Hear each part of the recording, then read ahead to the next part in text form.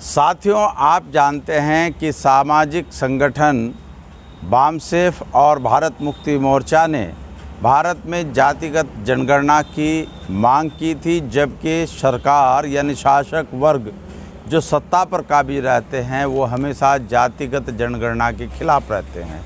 और इसका सबसे बड़ा कारण ये है कि भारत के बहुजनों को अगर उनकी वास्तविक स्थिति का पता चल गया तो वो सत्ता और व्यवस्था में बराबर की हिस्सेदारी मांगेंगे, और जब सत्ता और व्यवस्था में बहुजन बराबर की हिस्सेदारी मांगेंगे तो शासक जातियों को, शासक वर्ग को परेशानी होगी और उनका परसेंटेज बहुत सीमित होकर रह जाएगा।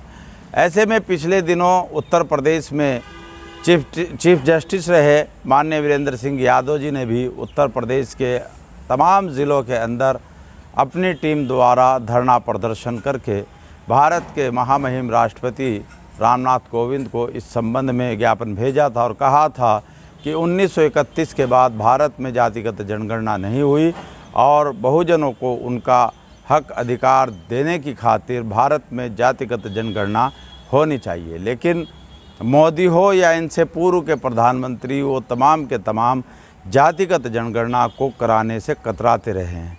लेकिन जैसे ही ये पिछले दिनों ये मांग बामसेफ भारत मुक्ति मोर्चा और माननीय वीरेंद्र सिंह यादव ने उठाई तो तमाम भारत में इस मांग ने जोर पकड़ लिया और पिछले दिनों बिहार के अंदर नीतीश कुमार और तेजस्वी यादव ने संयुक्त रूप से इस मांग को उठाया। तो अब इस पर प्रधानमंत्री की भी नींद टूटी है।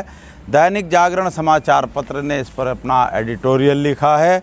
वो लिखता है, जातिगत जनगणना का आग्रह। नीतीश कुमार के नेतृत्व में बिहार के नेताओं ने जातीय जनगणना को लेकर प्रधानमंत्री से जो मुलाकात की वह सकारात्मक नतीजे सामने लाने वाली होनी चाहिए। केंद्र सरकार ने जब से जातीय जनगणना कराने से इनकार किया है तब से ऐसा कराए जाने का आग्रह बढ़ा है। यह आग्रह केवल बिहार के नेताओं की ओर से नहीं बल्कि अन्य अनेक नेताओं की ओर से किया जा रहा है। यह लगभग तय है कि आने वाले समय में इस तरह का आग्रह और अधिक बढ़ेगा। यदि केंद्र सरकार उसकी अनदेखी करती है तो जाति के आधार पर राजनीतिक दल गोलबंद हो सकते हैं और इस मुद्दे को राजनीतिक रूप भी दे सकते हैं। ऐसा नहीं होना देना चाहिए, क्योंकि इसका कोई औचित्य नहीं कि जातीय जनगणना के नाम पर जातिवाद की राजनीति को बल मिले। यह ठीक है कि स्वतंत्र भारत में जातीय जनगणना नहीं हुई है, लेकिन इसका यह मतलब नहीं कि आगे भी ऐसा ना हो। आज जातीय जनगणना कराने के कहीं अधिक पुष्ट आधार उपलब्ध हैं। केंद्र सरकार इसकी अनदेखी नहीं कर सकती कि तमाम सरकारी योजनाओं और ख़ासकर सामाजिक उत्थान संबंधी योजनाओं का सही तरह क्रियान्वयन तभी हो सकता है जब नीति नियंताओं के पास इसके पुष्ट आंकड़े मौजूद हों कि देश में किन जातियों की कितनी संख्या और उनके आर्थिक सामाजिक स्थिति क्या है। जातीय जनगणना केवल लोगों की गिनती नहीं होती बल्कि उनकी आर्थिक सामाजिक स्थिति को भी रेखांकित करती है। यह स्पष्ट रेखांकन वक्त की ज़रूरत बन चुका है। जातीय जनगणना होना इसलिए और अधिक आवश्यक है क्योंकि अभी आरक्षण एवं अन्य तमाम योजनाएं उन आंकड़ों के आधार पर बनाई जा रही हैं जो स्वतंत्रता के पहले जाति आधारित जनगणना में से हासिल हुए थे। इसका कोई औचित्य नहीं है कि दशकों पुराने आंकड़ों के आधार पर योजनाओं का निर्धारण किया जाए। आखिर जब जनगणना में अनुसूचित जातियों और जनजातियों की गिनती होती है तो फिर अन्य पिछड़ा वर्गों और सामान्य वर्ग के लोगों की गिनती कराने में क्या बुराई है।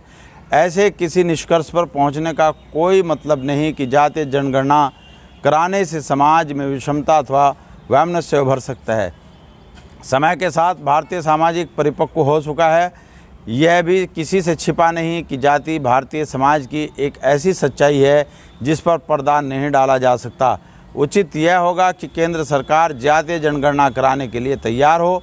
ऐसा करके वह न केवल अपनी योजनाओं को ठोस स्वरूप प्रदान करने में सक्षम होगी बल्कि जातिगत जनगणना के बहाने जातियों की गोलबंदी करने को की जो अनावश्यक राजनीति शुरू हो चुकी है उस पर विराम लग सकता है। और यहीं एक लेखक कहते हैं कि सियासी सत्र न बने जातीय जनगणना।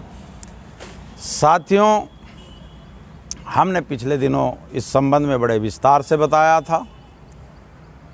इसका मतलब ये हुआ कि आप किसी भी बुराई के खिलाफ, सरकार की तानाशाही के खिलाफ, या शासक वर्ग जो बहुजनों के हक अधिकार दबाकर बैठा हुआ है, आप एक बार ईमानदारी से उसकी शुरुआत करिए।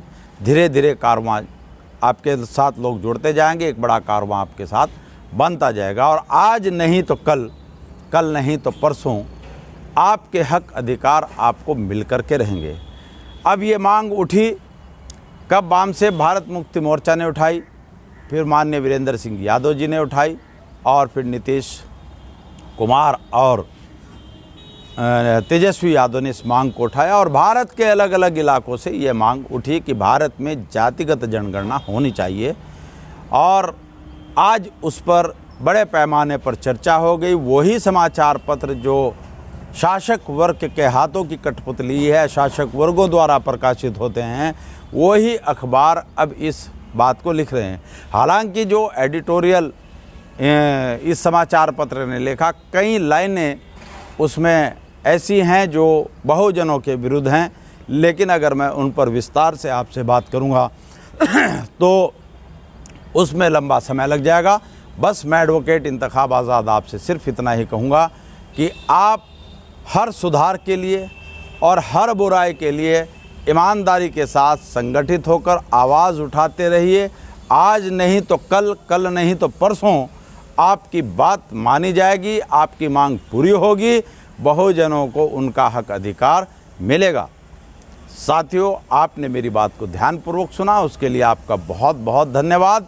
और साथ ही मैं एडवोकेट इंतखाब आज़ाद आपसे दरख्वास्त करूंगा कि आपके मोबाइल में ये जो नीचे लाल रंग में सब्सक्राइब लिखा दिखाई दे रहा है, आप इसको टच करके चैनल को सब्सक्राइब करें और बराबर में जो घंटा आपको दिख रहा है इसको बजाएं, वीडियो को लाइक और शेयर करें ताकि ज़्यादा लोगों तक आपकी बात पहुंच सके।